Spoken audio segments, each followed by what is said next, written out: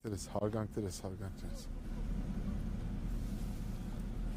Պարոն Նորիկյան, նախորդ նիստի ժամանակ վկաներից մեկի խոստովանությամբ թշնամու շարժը վերահսկելու համար նախատեսված տեսախցիկները ուղղվել են դեպի Ազատի կացարան։ Ձեր գնահատմամբ այդ գործողության մեջ ինչ առեղծված եք տեսնում եւ ով ու ինչ նպատակով է մարտական դիտարկման շեղումը կատարել։ Դուք գիտեք, որ նախորդ դատական նիստում նման հարցադրումներ մեզ մոտ էլ առաջացան եւ մենք փորձել ենք դատակրթված վկաներից ստանալ այդ պատասխանները, դե ինչով է պայմանավորված եղել, որ հենց հրդեհի ուրեմն պահին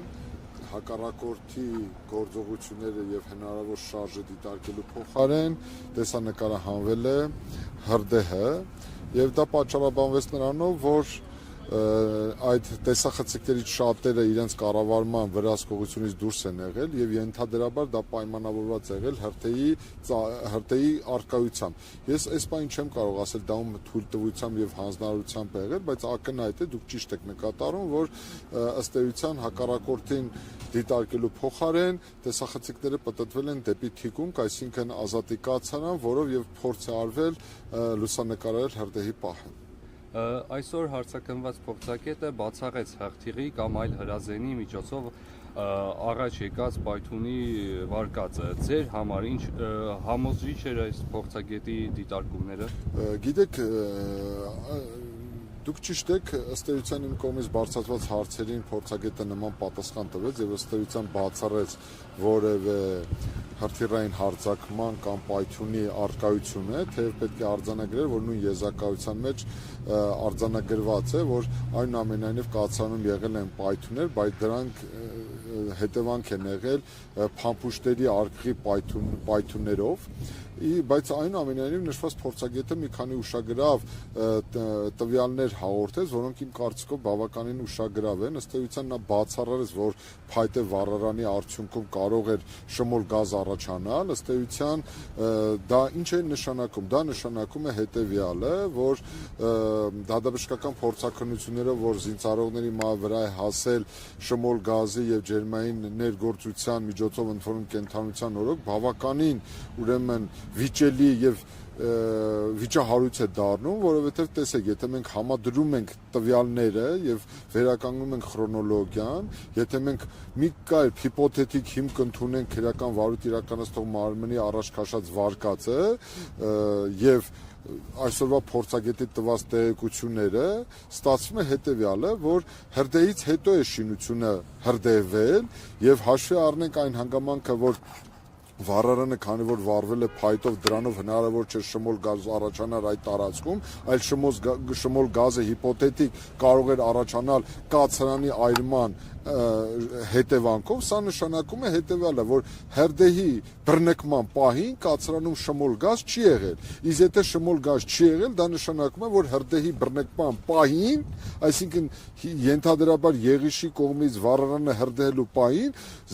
զոհված զինծառայողները հանգիստ նորմալ պայմաններում քնած են եղել։ Եթե նորմալ պայմաններում քնած են եղել, այսինքն շմոլ գազով թունավորված չեն եղել, դա նշանակում է, որ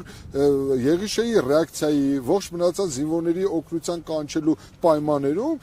զոհված զինծառայողները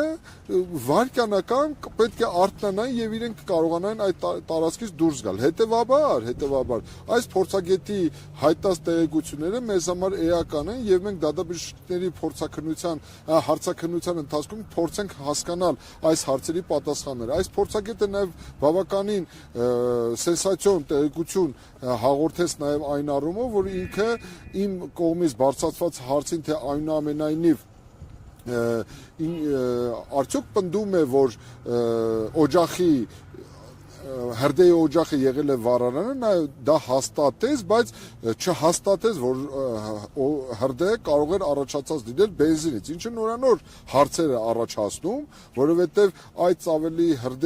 բենզինի կիրառումը եւ դրանից նման ծավալի հրդեհի առաջացումը իսկապես որոշակի վերապահումներ է առաջացրել ծնողների մոտ, բայց այս փորձագետը նաեւ մեկ այլ կարևոր ուշագրավ տվյալ հաղորդեցպես մենք անպայման այդ հանգամանքը կօգտագործենք, որ ինքը տեսականում եւ գործ գործնականում հնարավոր է համարում քննչական փորձարարության իրականացումը, իսկ դա նշանակում է, որ հնարավոր է վերականգնել առավելագույնս նման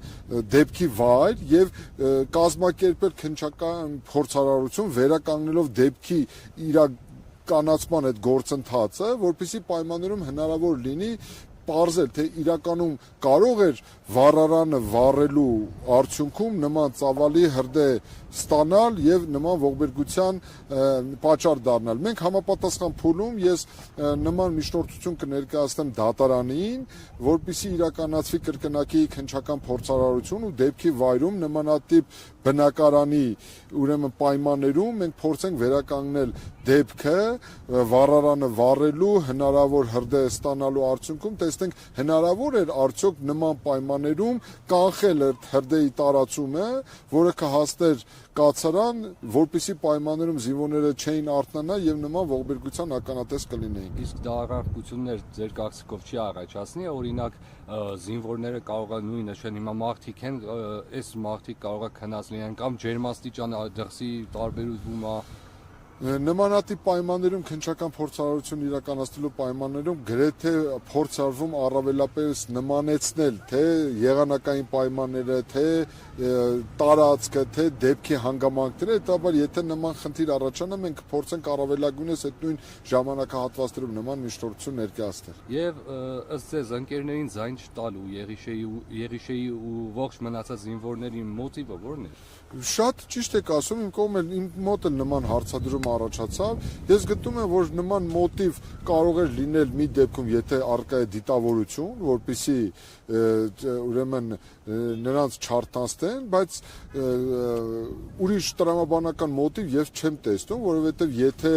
համատեղ զինվորական ծառայության ընթացքում եթե որևէ խնդիր է առաջանում, բնականաբար մեկը մյուսին օգնելու, կարեկցելու, օժանդակելու, մեկը մյուսի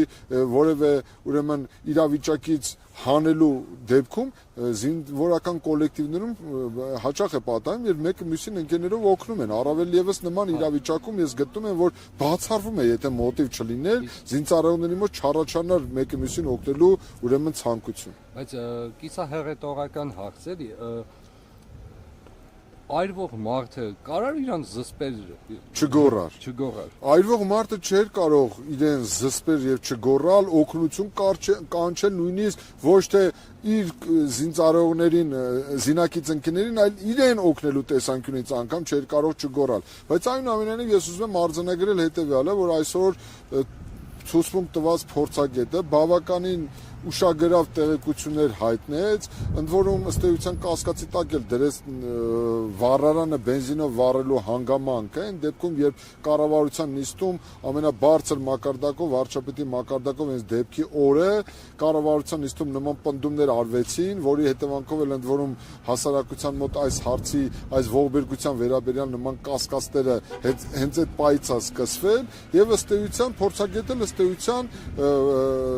բացառելով հանդերձ միևնույն ժամանակ չհաստատեց, որ վառարանը կարող էր վառվել հենց այդ բենզինի հանգամանքով։ Սպասենք իրադարձություններին, տեսանելի ապագային բավականին հետաքրքիր դատավարական փուլ ենք թևակողելու, մեղադրյալների հարցաքննություն, որից հետո ապացույցների ծավալը լրացնելու միջնորդության փուլն է լինելու եւ ես իսկապես միջնորդելու եմ, որ կրկնակի քննչական փորձարարություն իրականացվի, որպեսզի հնարավոր լինի առավելապես վերականգնել դեպքը։ Երկրորդը մենք միջնորդելու ենք, որպեսզի դատակոչվեն ու հարցաքննեն դատաբժիշկները, որոնց համար ինձ համար ելակետային ու առանցքային է լինելու շմոլ գազի այդ տարածքում հայտնվելու հանգամանքը, թե որը կարող է հանդիսանալ շմոլ գազի առաջացման պատճառը եւ ինչպես էր հնարավոր զինծառայողների մահվան պատճառը համ շմոլ գազի արկայությունը, համ կենդանության օրոք ջերմային էներգիայի ազդեցությունը եւ հետո համապատասխան փուլում մենք բազմաթիվ այլ միջնորդություններ ունենք, ես այս մասին խոսել եմ, որ ես ինքս միջնորդելու եմ, որ դատարան դատակոչվեն ու հարցաքննվեն երկրի վարչապետը, պաշտպանության նախարարը, այլ իրավասու մարմիններ, նոր քննության ավարտից հետո մենք մեր վերջնական դիրքորոշումը կարտահայտենք այս ողբերգության վերաբերյալ։ Շնորհակալություն։ Ես եմ շնորհակալ։